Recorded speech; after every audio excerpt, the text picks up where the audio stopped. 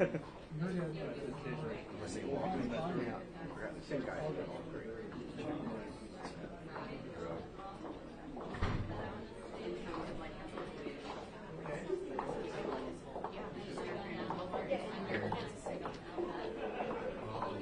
You're good.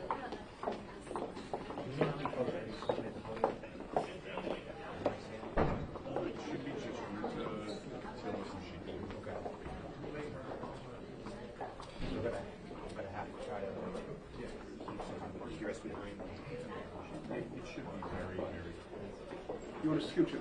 Does that help you? I mean, whatever. Does that work for you? Yeah, if you don't mind. Don't go too crazy. But yeah, you can bring it in. You might come back a little bit. I don't know. It's delicate. I want to. Just tell me when to stop. About delicate. Just tell me when to stop. That's good. It's good. Okay. Too close? You guys, no, whatever. No, this is for you. No, you're good. We'll make it work.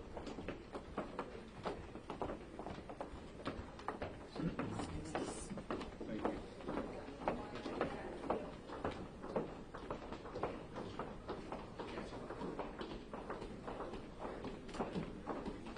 They're walking.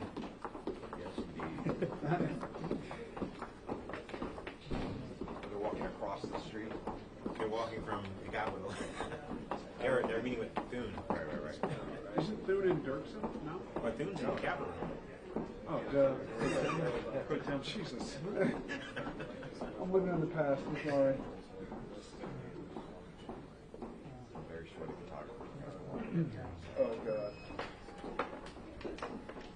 That's not too pleasant.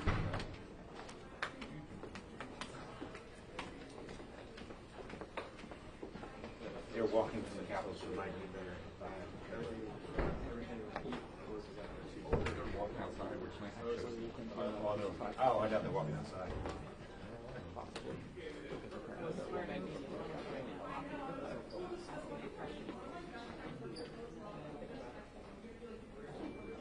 They do a detail let them walk outside. They start getting their vehicles. So, previous case, supplies is security. Oh, so we have a lot of senators here that sometimes lose their, Which one's exactly? And I see Durbin sometimes walking past me with a grin, and I'm like, why is he grinning? Then I realize there's no VW behind him. So he dodged his folks. There's a difference between, just say there's some Americans here who have the detail that versus in principle or someone that actually trying to kill them. Oh. Gosh, that works. That's pretty funny. Okay. That's pretty good.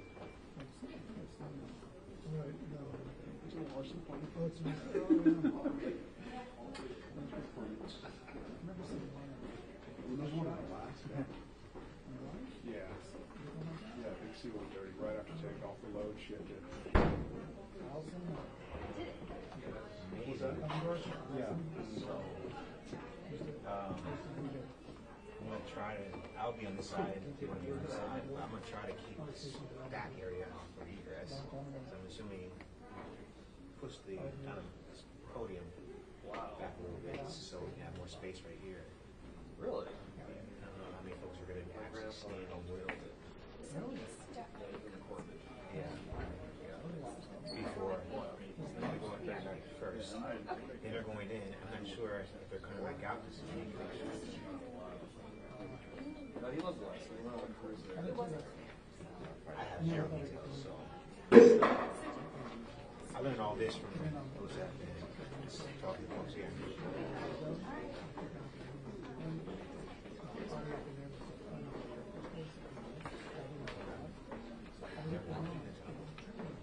It does sound perfect. That's very awesome. Yeah, no, I've learned. I didn't realize.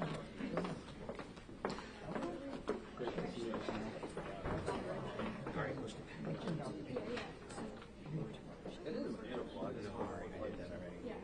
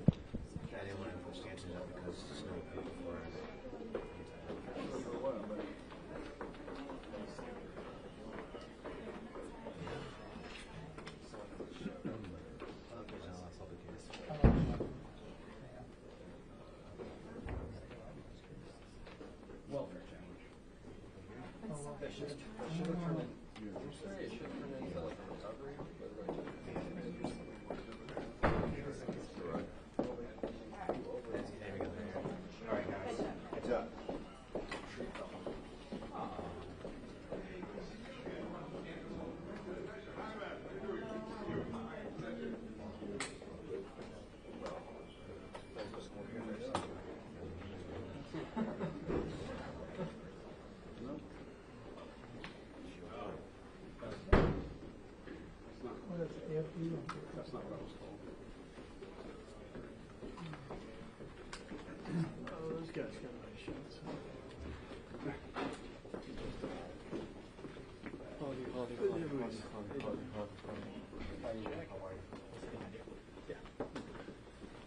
Did they walk good? Yeah. Outside. You guys are flattening out right here. I need this space for Sure. egress. So pass this line. It's stuck in right there. Perfect. They're going to be, whatever.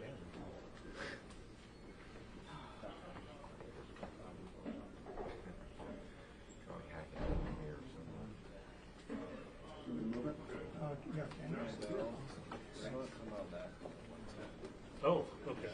Thank you. Okay.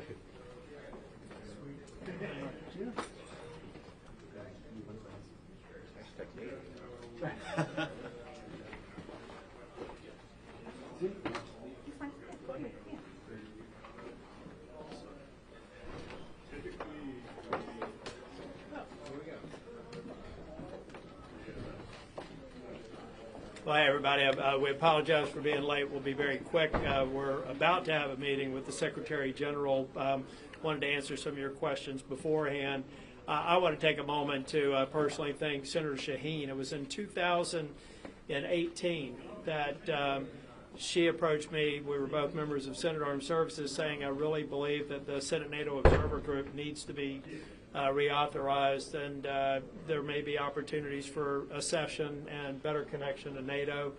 Seemed like a great idea. It proved to be a great idea. Since then, we've had 4 nations come into the NATO family, and I would expect others as we go forward. Also, so I want to pass it over to Senator Shaheen, but also want to welcome the Secretary General. I think he's already making extraordinary progress, and look forward to the meeting today and us continuing to work together, particularly as we focus on ensuring that Vladimir Putin fails in Ukraine. Senator Jeanne? Well, thank you. We certainly are in agreement on that, and Senator Tillis has been a great partner as we've worked on the Senate NATO Observer Group, and it's nice to have a bipartisan organization that continues to reiterate our support for NATO. Under Secretary-General Rutte, it is, I think, fair to say it is stronger and more able to address the threats than we've seen in the past, and I think sadly we have Vladimir Putin to thank in large part for that, because he has pointed out just how important NATO is, what a threat Russia has been to not just Ukraine but to all of Europe and to the national security of the United States. So we are very proud to support this organization. We're glad to have Secretary-General Rutte here, and I was very pleased to hear the Secretary-General and President Trump yesterday make the announcement about sending weapons provided by NATO from the United States to Ukraine to continue this unprovoked war against Russia. I want to thank both senators for your leadership and for organizing the bipartisan, let's say, discussion in the Senate when it comes to NATO. This is really important. What happened yesterday was important. First of all, that the U.S. will now supply massively Ukraine with weapons out of the U.S., not just air defense, also missiles, also ammunition paid for by the Europeans. And secondly, that President Trump said, basically, if Russia is not serious about peace talks, within 50 days, he will slam secondary sanctions on countries like India, China and Brazil. So my encouragement to these 3 countries particularly is, if you live now in Beijing or in Delhi, or you are the president of Brazil, you might want to take a look into this, because this might hit you very hard. So please make the phone call to Vladimir Putin and tell him that he has to get serious about peace talks, because otherwise this will slam back on Brazil, on India and on China in a massive way. So I think it was a very smartly, wisely designed announcement yesterday by President Trump, but also the weapons I think is very important, and we will find the money in Europe to make sure that Ukraine has what it needs to be in the best possible position during these peace talks as soon as they start. Question. Secretary General, the President has said several times, including with yourself yesterday in the Oval Office, that the war in Ukraine is a Biden war, that it's a Democrat war.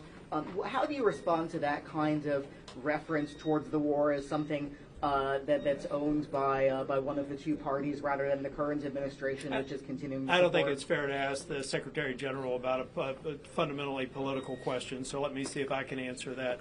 This is a war that started when Vladimir Putin lied by saying he was doing a military exercise around the borders, then lied again by saying that it was a special military operation. He is a liar and a murderer, and this is not a partisan war. This is a war against a totalitarian who has designs on other nations if he succeeds in Ukraine, not to mention, or should we mention, Moldova, the Balkans, and disrupting the peace that is actually that's growing in that area. This is not a political war. This is not a partisan war. This is a murderous decision by Vladimir Putin, and he needs to fail. And could I maybe, in addition, say that President Trump providing the javelins in 2019 have been crucial when the war started. The full-scale attack started in February 2022. And him breaking the deadlock with Putin, starting the phone calls, this was crucial because only the American president could do this. So I really want to commend his leadership for doing that. And clearly after the sixth phone call, he came to the conclusion the decisions yesterday were necessary to take the next step. And I appreciate the president's action, too. Next question. Mr. Secretary General, can you put some meat on the bones as far as the announcement yesterday? I think we know the Patriots are involved. What other missiles and weapon systems are involved? How would it function? What countries are involved? Well, first of all, this is an ongoing process. So this is not just one package. So what NATO is good at is, together with the Ukrainians, through our command in Wiesbaden, to design packages which are maximum useful for Ukraine when it comes to air defense, when it comes to ammunition, when it comes to missiles. So this is what we will now be working on with the US. Of course, in a way that the US still has enough stockpiles. For you to be able to defend yourselves, but also to massively make sure that Ukraine has what it needs. And this is also sending a strong signal to Moscow and to Vladimir Putin that he has got to take these peace talks seriously and get out this historian talking about history since 1250 and send a serious team to Istanbul. Next question. Right here. When will the first Patriot batteries arrive in Ukraine, and where are they coming from? Yesterday we have seen Boris Pistorius here, the German defense minister, discussing this with Pete Hegseth, so they are working through all these details. Many Patriot systems have been delivered into Ukraine. So what we are now looking at is to make sure that Patriot systems directly from the US go to Ukraine. That's one way to do it, paid for by the Europeans, or that you get a front loading from European countries into Ukraine and then being backfilled by the US. So this is all worked through now, but again, the structures are established. The infrastructure, logistics is there, because this is not new. What is new is that yesterday President Trump announced that he wants the US stockpiles to open up in a way, of course, still Europeans paying and the US going forward being able to defend itself. Andrew. Mr. Secretary General, what is your message to senators today about the bipartisan Russia sanctions bill? Is it still necessary after the president's announcement yesterday? Well, of course, the sanctions bill is politics here. I won't interfere. However, what the president did yesterday, I think, is in line with that sanctions bill, saying, listen, if you are the president of China, or the prime minister of India, or the president of Brazil, and you are still trading with the Russians and getting the oil and the gas in, and you sometimes even resell it for a higher price, know that if this guy in Moscow doesn't get serious about peace talks, I will slam secondary sanctions on you of 100%. So I'm sure they don't know yet what hit them.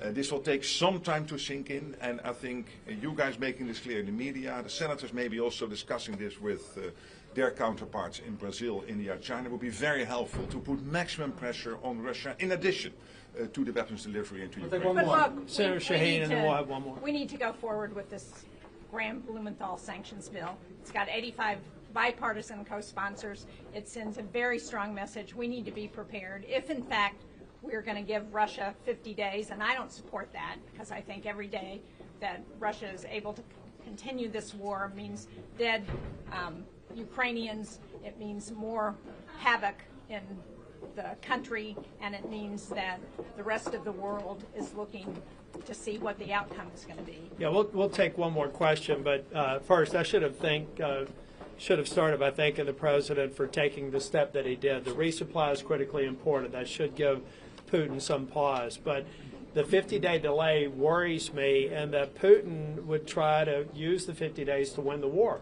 are to be better positioned to negotiate a peace agreement after having murdered and potentially collected more ground as a basis for negotiation.